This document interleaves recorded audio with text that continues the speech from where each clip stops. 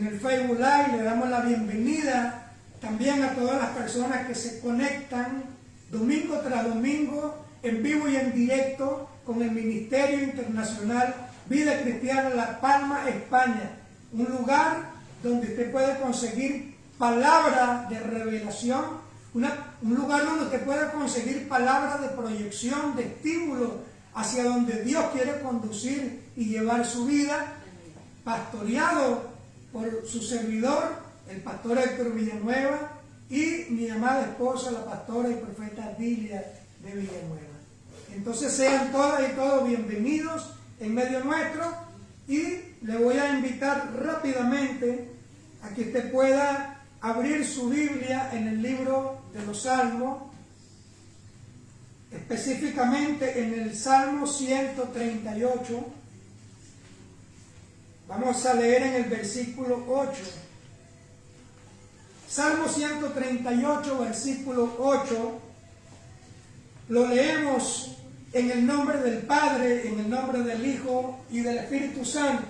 Y dice: te alabaré con todo mi corazón, delante de los dioses te cantaré salmos. Comienza así diciendo el escritor de los salmos, el rey David, y en el versículo 8 dice: Jehová cumplirá su propósito en mí. Repita conmigo: Jehová cumplirá su propósito en mí. Tu misericordia, oh Jehová, es para siempre. Amén.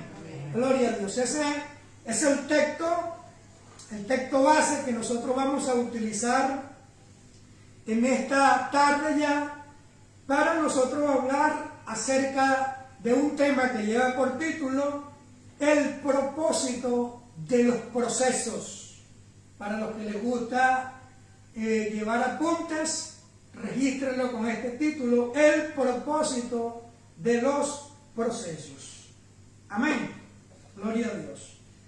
La palabra propósito es una palabra que nos habla de la intención original con la cual se hace algo desde un principio. Y cada acontecimiento que a nosotros nos ocurre en la vida viene a representar parte del proceso por el cual todos los seres humanos debemos atravesar en esta vida. Y a pesar de que sean momentos duros y momentos dolorosos en la vida, nosotros no lo podemos esquivar o no podemos dejar de atravesar por medio de ellos, porque ellos se van a convertir en ese proceso que va a determinar la formación de nuestro carácter en la vida.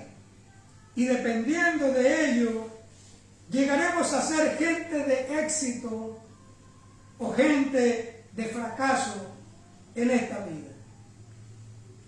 El verdadero éxito de todo ser humano en la vida, déjeme decirle que no consiste en ser millonario, no consiste en ser una persona famosa, y no consiste en ser dueño de muchas propiedades, porque el verdadero éxito del ser humano en esta vida consiste en conocer o descubrir el verdadero propósito con el cual Dios nos trajo a este mundo.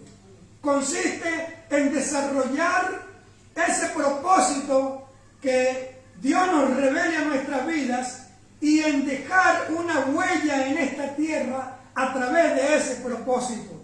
Y cuando usted descubre su propósito, usted vendrá a ser la persona más feliz del universo, porque usted estará haciendo exactamente aquello para lo cual Dios lo envió o lo trajo a esta tierra.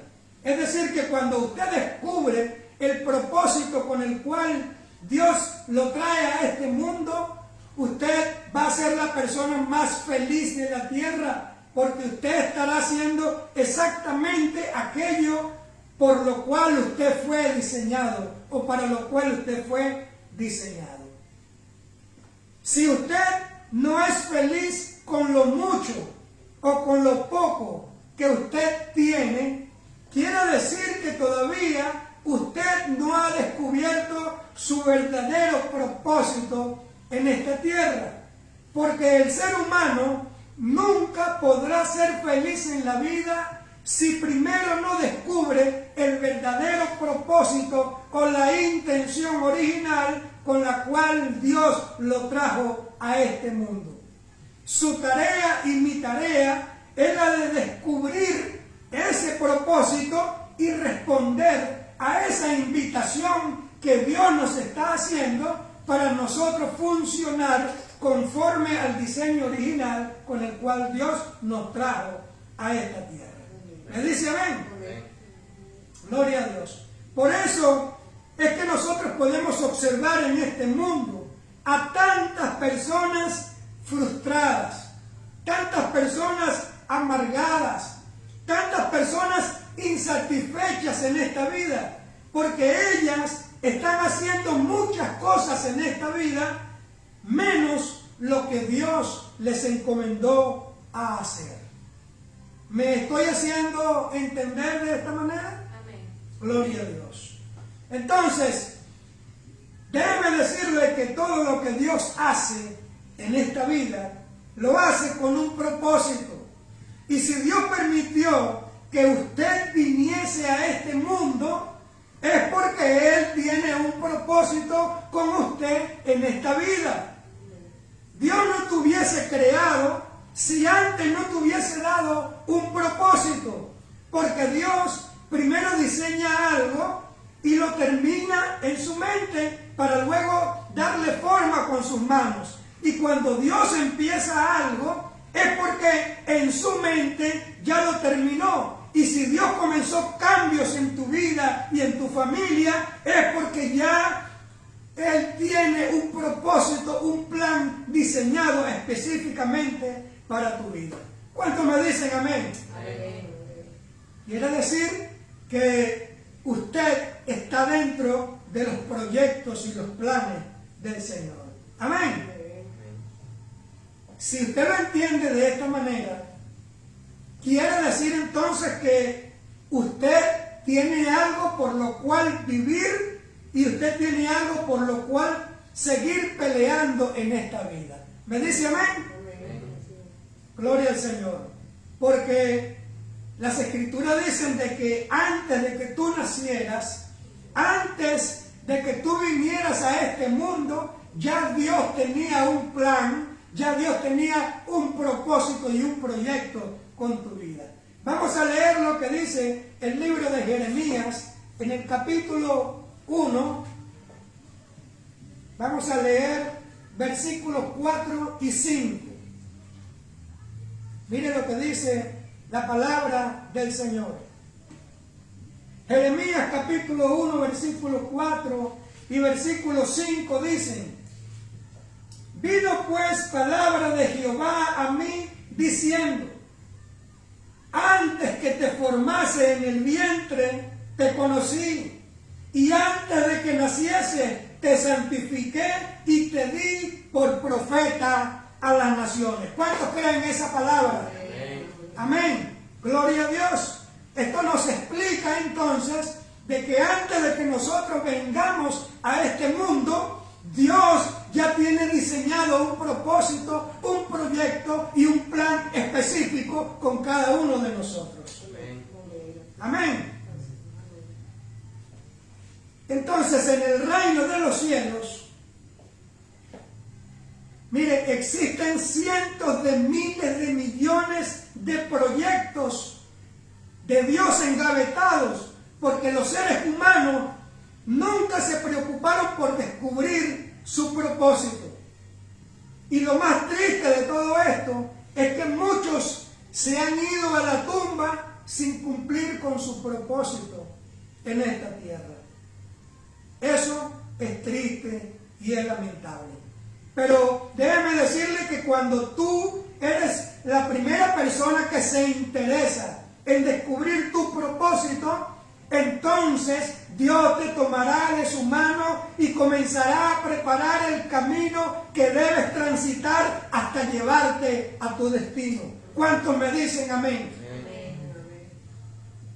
Muchas veces ese camino que tenemos que transitar se hace intenso y se hace doloroso, porque tenemos que renunciar a una vieja manera de vivir que no nos beneficiaba en nada, y otras veces va a ser el reino de las tinieblas quien tratará de desviarte de ese propósito para que no cumplas con la voluntad de Dios en esta tierra.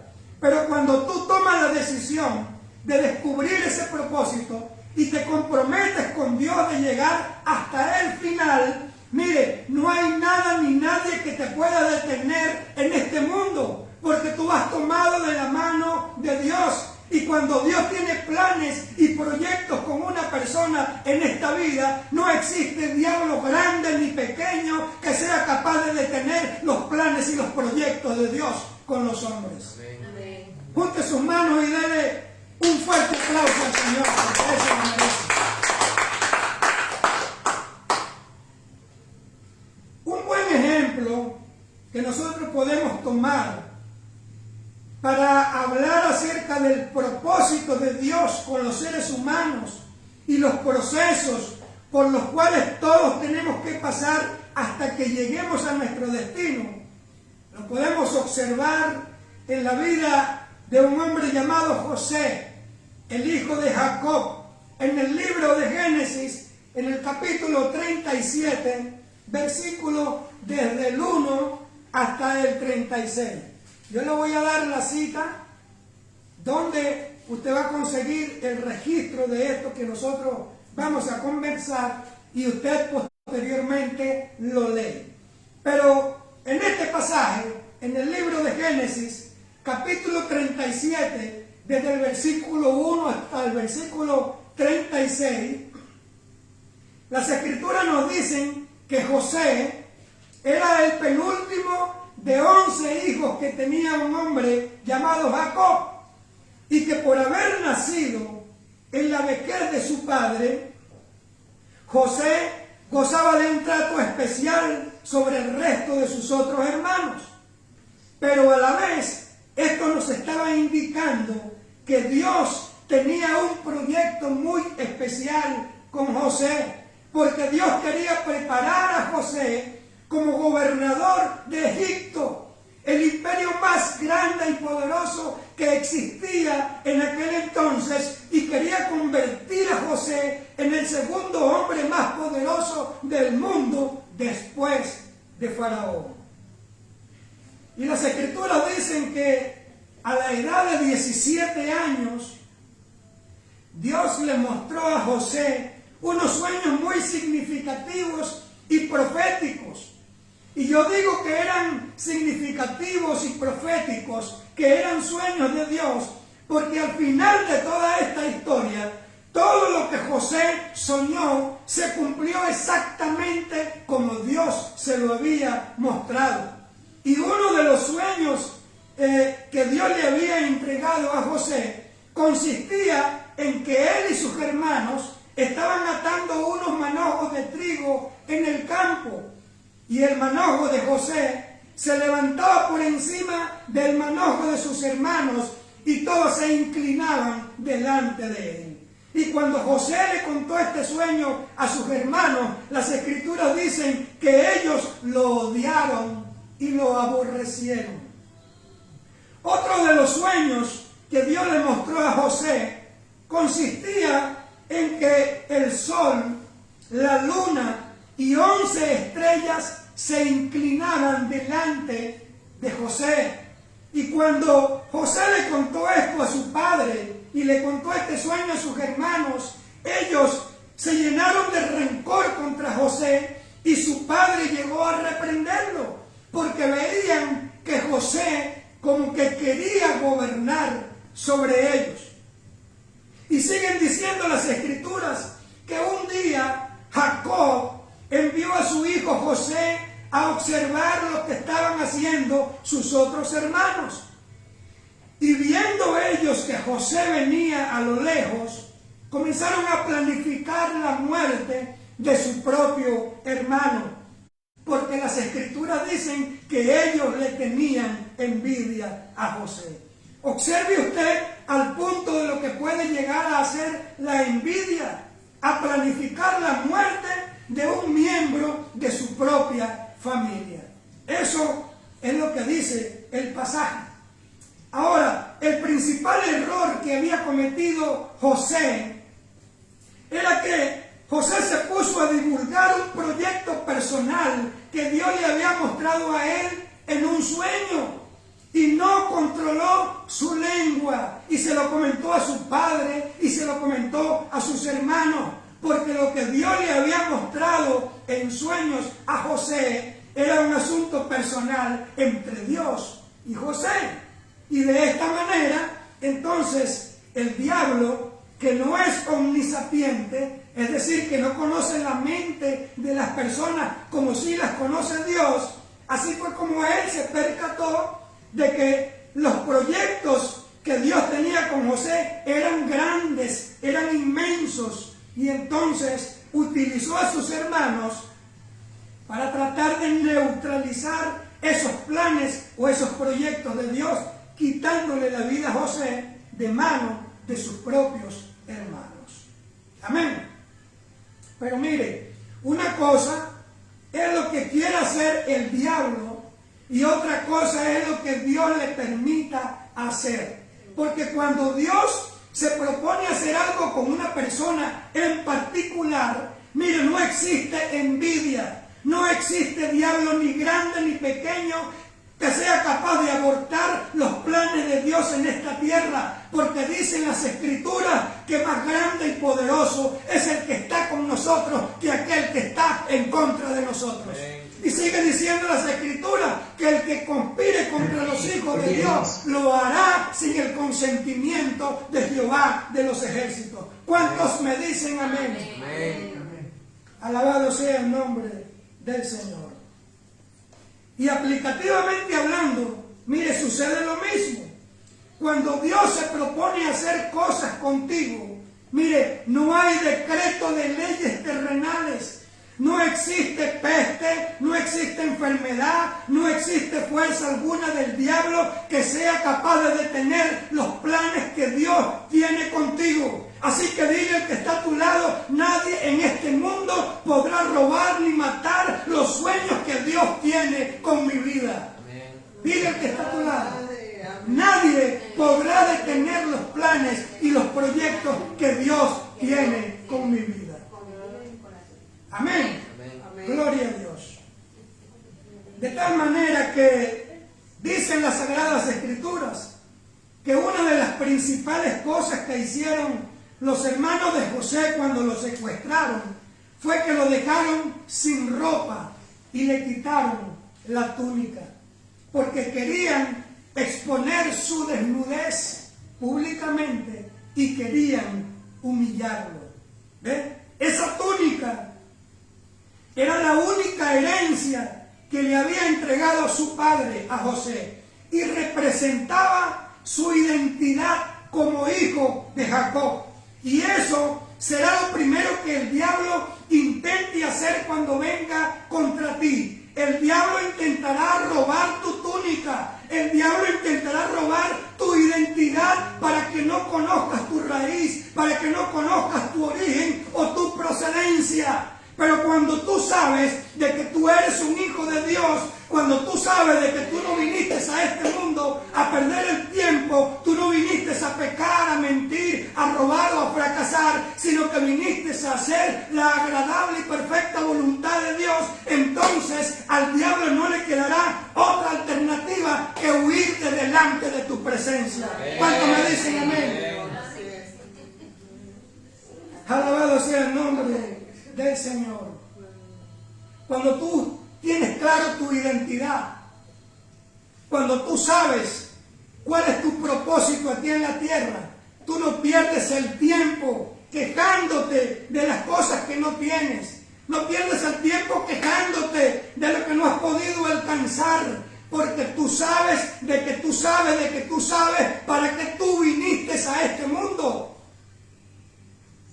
a hacer la agradable y perfecta voluntad de Dios. Amén. Amén. Aleluya, gloria a Dios. Entonces, los hermanos de José, después que lo secuestraron, le quitaron la túnica y lo lanzaron a una cisterna, dice la palabra de Dios. Pero resulta que allí estaba la mano poderosa de Dios. Y Dios logró que la cisterna en ese momento no tuviese cargada de agua. Porque si la cisterna hubiese tenido agua, José hubiese muerto en ese momento. Así fue que evitó Dios que los proyectos que él tenía con José fueran eliminados por el diablo. Y de la misma manera, tú debes entender ahora por qué no moriste en ese accidente que tuviste, o por qué no moriste con la peste del virus chino, el COVID-19, porque Dios tiene propósitos contigo. Amén. Dile que está a tu lado, Dios tiene propósitos conmigo. Amén. Gloria a Dios.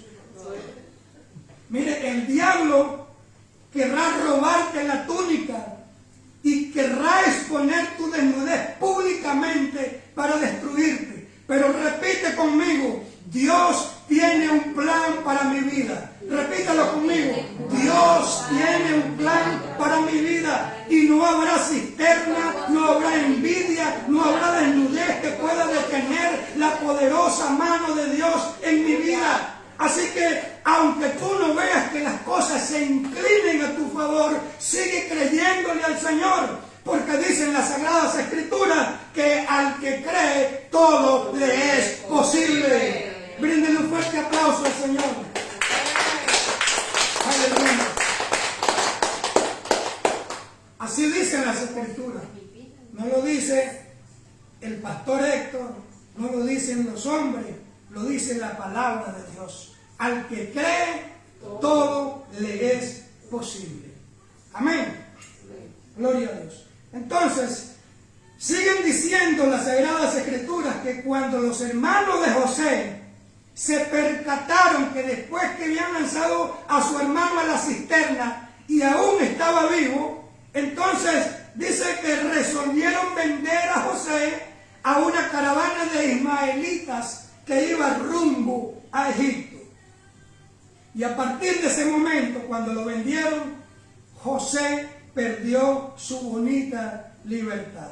Después de haber nacido bajo una promesa de Dios para sus padres, después de haber nacido en la bonita libertad, ahora José se convertía en un esclavo que podía comprar el mejor postor.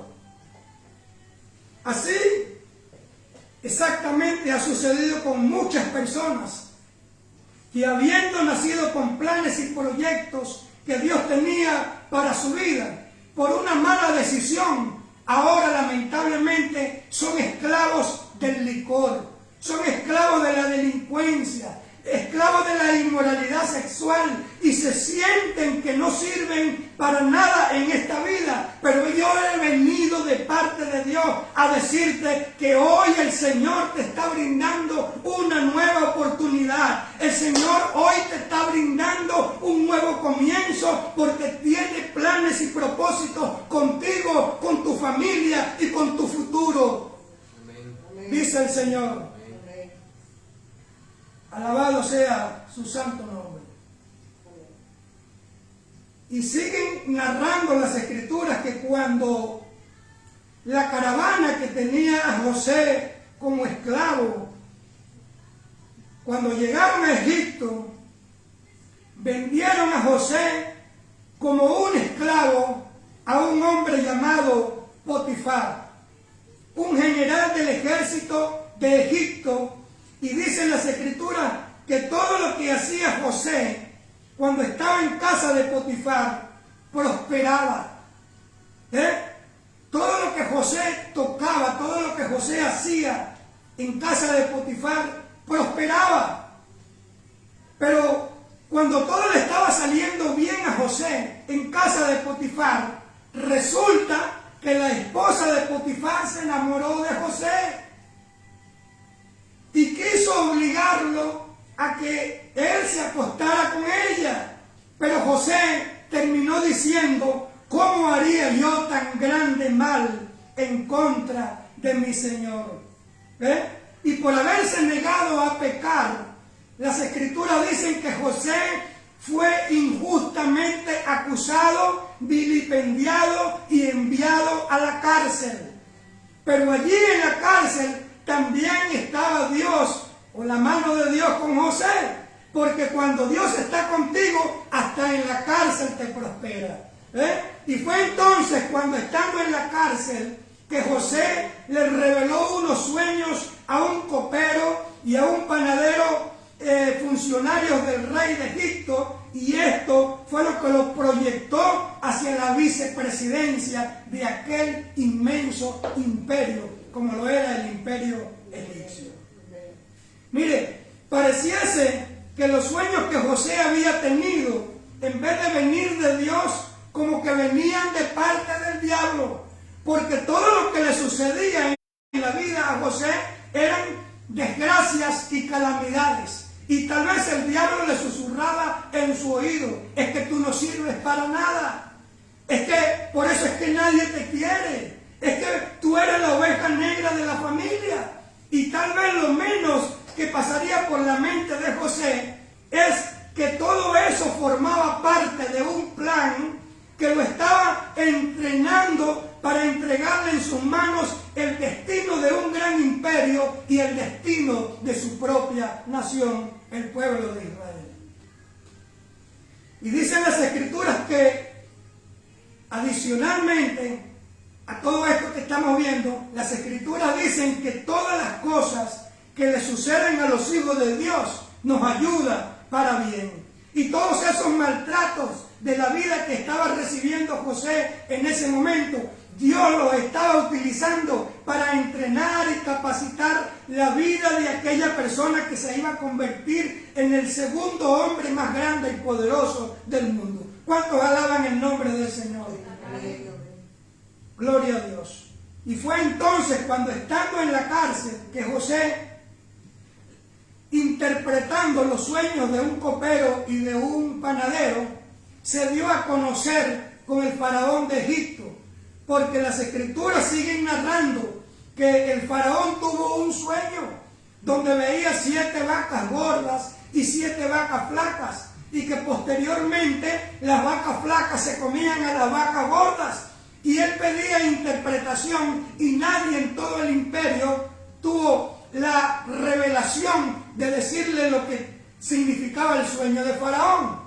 Y cuando llegó a oídos de Faraón que en la cárcel había un joven que sabía interpretar los sueños, lo mandó a buscar. Y cuando le contó el sueño a José y le dio la interpretación, Faraón dijo: bueno, tú eres la persona indicada para llevar a cabo este proyecto.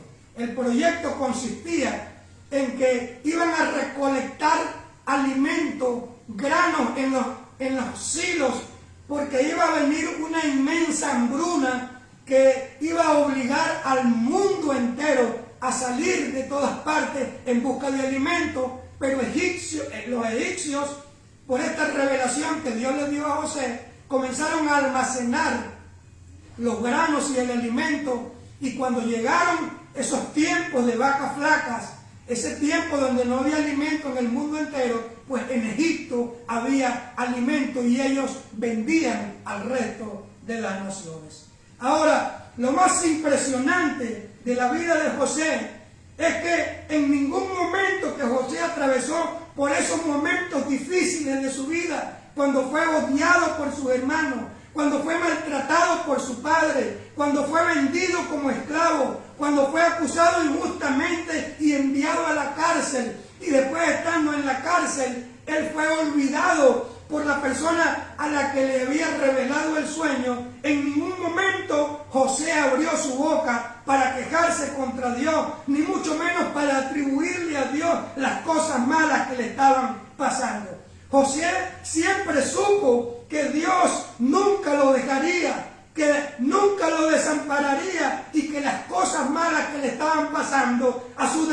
momento iban a desaparecer y que él tendría nuevas oportunidades en la vida. Eso era lo que pasaba en la mente de José. Usted estudia la historia de José y no consigue una queja, no consigue un lamento de José en contra del Señor. Y como José siempre tuvo un espíritu enseñable y moldeable, Dios le enseñó 3 cosas antes de convertirlo en el segundo hombre más poderoso después de Faraón. Le enseñó 3 cosas a lo largo de todo este proceso. Mire, mientras José estuvo en casa de Potifar trabajando como esclavo, Dios le enseñó a José a administrar las riquezas de su amo. ¿Ve? José aprendió a calcular y a planificar las riquezas de Potifar, porque el oficio que Dios le iba a entregar en las manos a José como gobernador tenían que ver con administración y con buena mayordomía, lo cual quiere decir que la casa de Potifar se convirtió en una escuela que estaba relacionada con el propósito que Dios tenía con José, y que tal vez en casa de su padre con sus hermanos no iba a aprender. Y es por eso, mi estimado hermano, mi estimado amigo y estimado hijos que nos escuchan, no te debes quejar de las cosas que suceden a tu alrededor en la vida, porque pueden ser enseñanzas que Dios está permitiendo para nutrirte, para prepararte. Así que disfruta más bien las cosas que estás haciendo en este momento mientras llega el tiempo de Dios para tu vida. ¿Me dice amén? Entonces, en primer lugar, Dios le enseñó en la casa de Potifar a administrar y a ser buen mayordomo a José, porque el oficio que José iba a manejar en el futuro como gobernador de Egipto tenía que ver con administración y tenía que ver con buena mayordomía. Amén. En segundo lugar, Dios le enseñó a José en casa de Potifar que él tenía que aprender a tener control y dominio propio. Diga control y dominio propio. Sí, porque, mire, no crea usted que la esposa del general del ejército del imperio más poderoso de aquel entonces era una mujer mal parecida.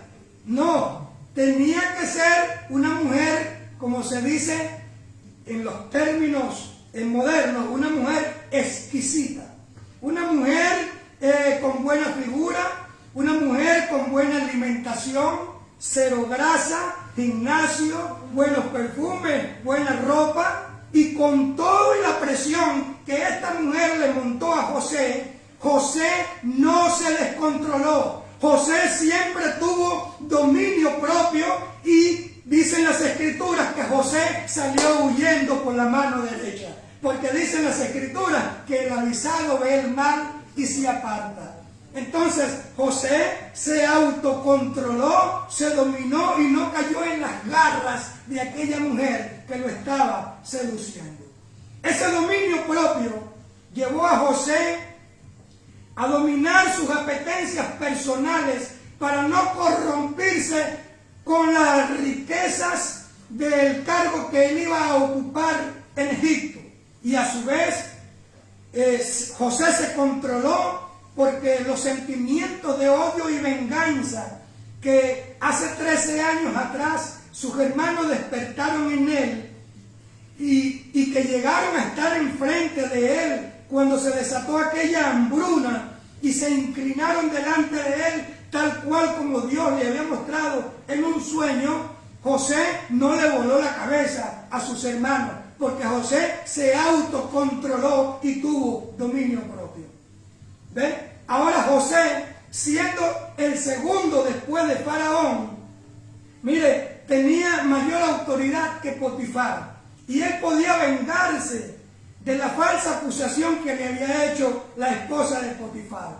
Pero como José había conocido el autocontrol y el dominio propio, mire, lo que hizo fue más bien equilibrarse como suele hacerlo una persona con dominio propio, en vez de quitarle la cabeza a todas estas personas. Porque los gobernó, dicen las Escrituras, equilibradamente y preservó la vida de todos en Egipto y la del pueblo de Israel. Mire, yo me imagino a Dios en el cielo diciendo: aleluya, José pasó la segunda prueba, porque si fue capaz de dominarse a sí mismo, quiere decir que ya está listo para gobernar a otros también, porque ahora él mismo se autocontrola. Amén. Gloria a Dios.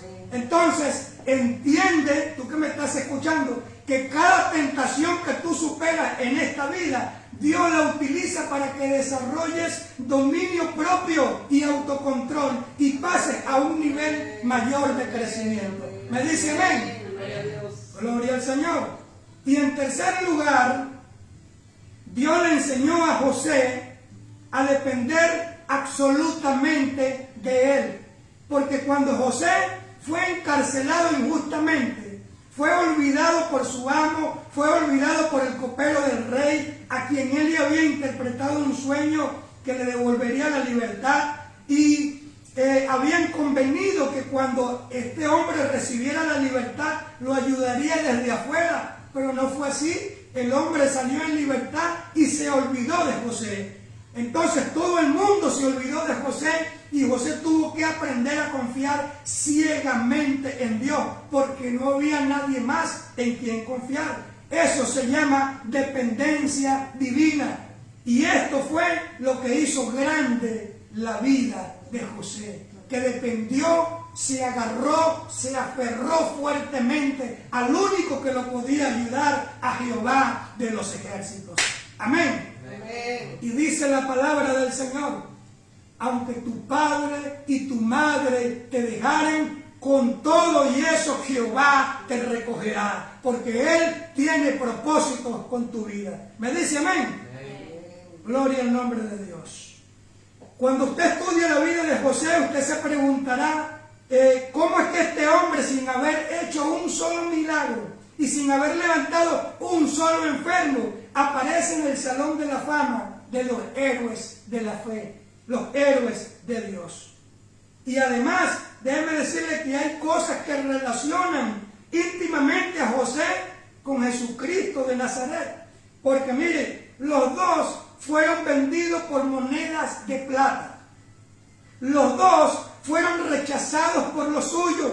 Los dos existieron para salvar a otros. Los dos fueron humillados y posteriormente fueron exaltados, porque José fue levantado como gobernador del imperio más grande y poderoso del mundo, y Jesucristo de Nazaret fue levantado como el Rey de todos los reyes y el Señor de todos los señores. Pero a ambos lo olvidaron. Ambos fueron olvidados. José en la cárcel puso en práctica lo que Dios le había enseñado, la interpretación de los sueños que Dios desde pequeñito le estaba mostrando. Y fue cuando entonces le ministró lo que él había aprendido de Dios a estos funcionarios del faraón. Y fue lo que llevó a oídos de Faraón que en la cárcel había un joven que sabía interpretar los sueños. Y déjeme terminarle diciendo que José viene a ser entonces un ejemplo perfecto de lo que es ser un verdadero hijo de Dios. Porque cuando lo envidiaron sus hermanos, él se aferraba a Dios. Cuando lo malinterpretó su padre, dicen las Escrituras que él se aferraba a Dios. Cuando él escuchó que sus hermanos hablaban de matarlo, de quitarle la vida, José se aferraba a Dios. Cuando sus propios hermanos lo vendieron como esclavo, él se aferraba a Dios. Cuando lo metieron injustamente en la cárcel, José se aferraba a Dios. Y cuando estaba preso, que todo el mundo se olvidó de José, a José no le quedó otra que aferrarse y agarrarse intensamente de Dios. Y esa, déjeme decirle, debe ser la actitud de los verdaderos hijos de Dios. No estarse quejando, no murmurando, sino aprender de los procesos por los cuales nosotros pasamos en esta vida para madurar y ser personas útiles en las manos del Señor. ¿Me dice amén? Alabado sea el nombre del Señor. Bríndenle un fuerte aplauso. Aleluya.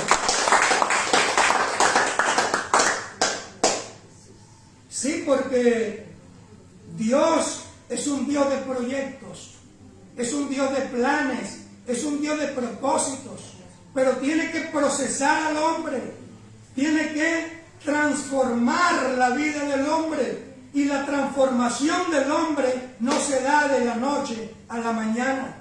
Dios tiene llamado con muchas personas, Dios quiere hacer muchas cosas aquí en la tierra con todas las personas, pero esas personas traen malos hábitos, traen malas costumbres, traen malos patrones de conducta que Dios necesita procesar.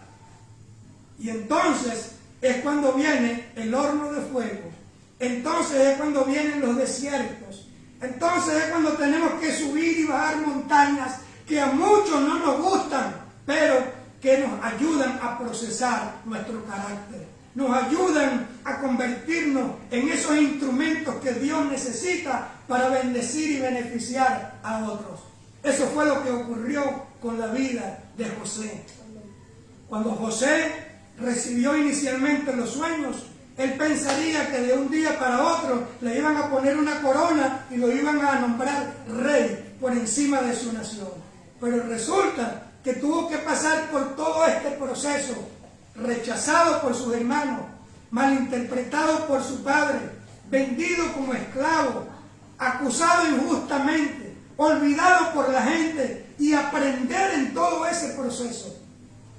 Dios utilizó ese proceso para capacitar la vida de José, el que posteriormente se convirtió en el segundo hombre después de Faraón, el segundo hombre más importante de toda la historia de la humanidad en aquel entonces. Y de esa manera José preservó la vida, número uno, del imperio egipcio, porque venía una hambruna inmensa que si Egipto no se hubiese preparado, iban a desaparecer. Y al mismo tiempo preservó la vida del pueblo de Israel. Si no hubiese sido por José, el pueblo de Israel hubiese desaparecido. Amén. Pero gloria a Dios que José en todo este proceso no se quejó, no se lamentó, se aferró cada vez más al Señor hasta que aprendió el proceso y se convirtió en ese puente que Dios necesitaba para bendecir a otras personas. Amén. Gloria a Dios.